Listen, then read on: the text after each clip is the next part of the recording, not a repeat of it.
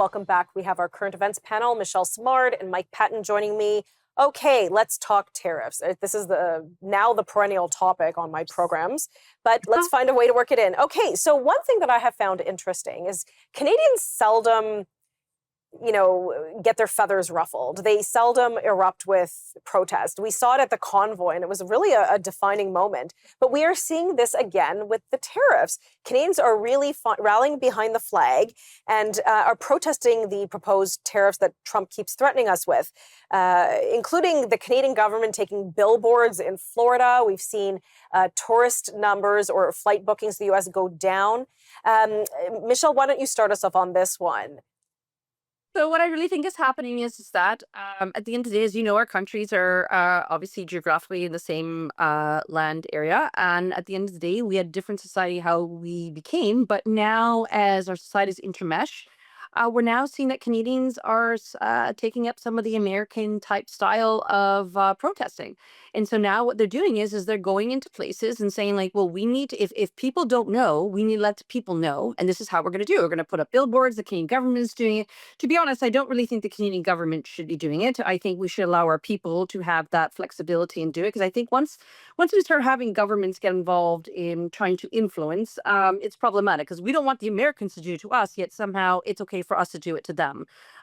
So I'm always about less government is more. But having the people have their say in freedom of speech, an assembly, absolutely. If they want to do that and put the signs up there, I'm actually okay with it. What I did find interesting is about certain types of businesses that were targeted, and especially about Bro Brothers, right? Where it's just like, this is like the first, African American type of like brewing company for Kentucky bourbon, and yet people are sending this company emails. Maybe they did because it is a smaller type business, but I mean, these guys are trying to survive. This is hurting them, and they can hear the messages, but what are they going to do? I mean, it's tough. I mean, they're not politicians. They don't know how to navigate these things, and as you've seen with the U.S. People get angry. People say a lot of nasty things. And what I think we have to do as Canadians is be exactly how Canadians are. Be respectful and say what our point is and say, this is what we're going to do. And if you want us to do more, then you have to facilitate change within your own country. That's the message that Canadians should be giving to Americans. I think that part of the reason, and we'll get to Mike in just a moment, that Canadians have taken it upon themselves to protest is they see a void of leadership in the tariffs. I mean, Justin Trudeau infamously resigned in January. Was he even the best person to be dealing with Trump? I don't know. Obviously not. And then we have the premiers all like clamoring to do their own one-on-ones.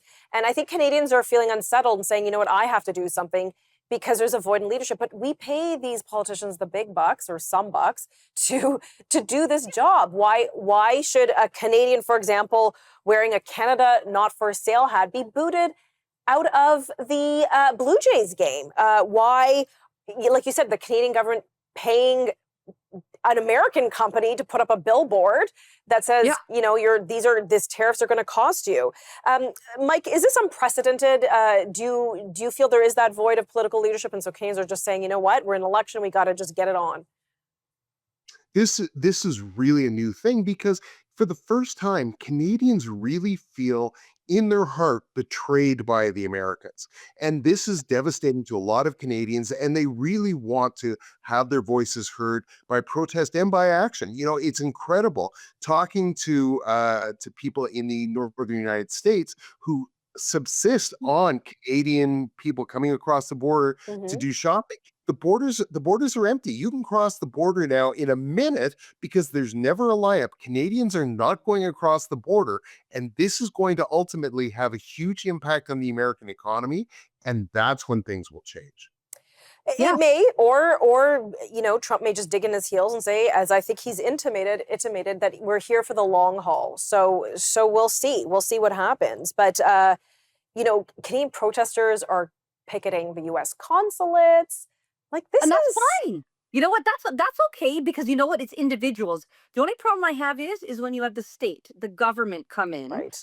And for me, less government is more. So I don't need my government and government officials to use our taxpayers' dollars, which should be governing, and then putting ads in another country because you're trying to influence. Okay, we have citizens. They can do what they want. We encourage them. They have their constitutional rights. Let's do it. But let's not interfere in their politics, just like we don't want them to interfere in our politics. That's the way I hold it. It's better our hard-earned tax dollars are used here in Canada to influence us by our government. Sure, we can do that too. Yeah.